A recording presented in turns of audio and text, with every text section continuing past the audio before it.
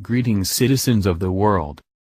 While former President Barack Obama allowed Israel to be mistreated by international organizations, President Donald Trump just showed how a true leader defends allies.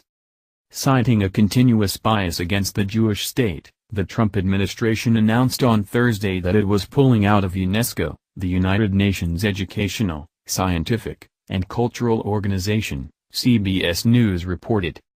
As part of its obvious anti-Israel agenda, UNESCO has granted full membership to the Palestinian Authority and passed resolutions condemning the Jewish state, referring to it as an occupying power, and has even denied Israel's claim to the tomb of the patriarchs in the old city of Hebron, one of the most ancient sites in the ancient history Judaism.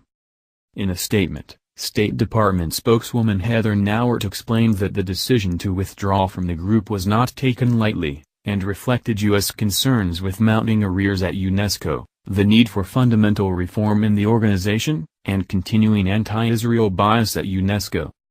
UNESCO was established, like the UN as a whole, to help promote global cooperation around the flow of ideas, culture and information, according to the Washington Post. However, like the UN as a whole, its policies have not always been in line with the U.S. In 1984. Then President Ronald Reagan withdrew from the agency due to what the Reagan administration considered its bias toward the Soviet Union.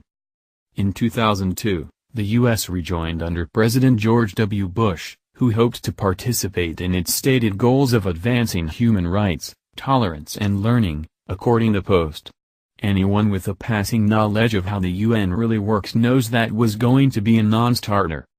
Naturally, tensions returned several years later. And in 2011, the U.S. stopped paying its dues after UNESCO approved the Palestinian Authority as a member.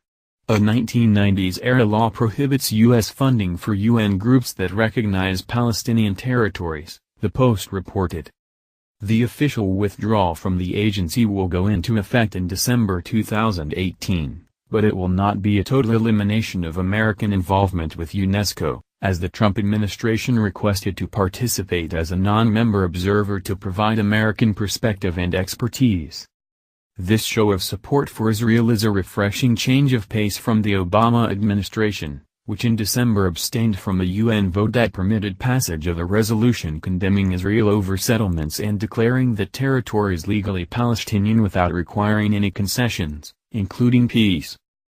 As pointed out at the time by conservative columnist Charles Krauthammer, such a resolution gave immense legal ammunition to every boycotter, anti-Semite and zealous European prosecutor to penalize and punish Israelis. Obama could have used the powerful U.S. veto to overcome this blatantly anti-Israel resolution, but chose not to side with our closest, most loyal ally in the Middle East. Fortunately, our current president understands loyalty and clearly has Israel's back, even against the rest of the world. Like and share this article on Facebook.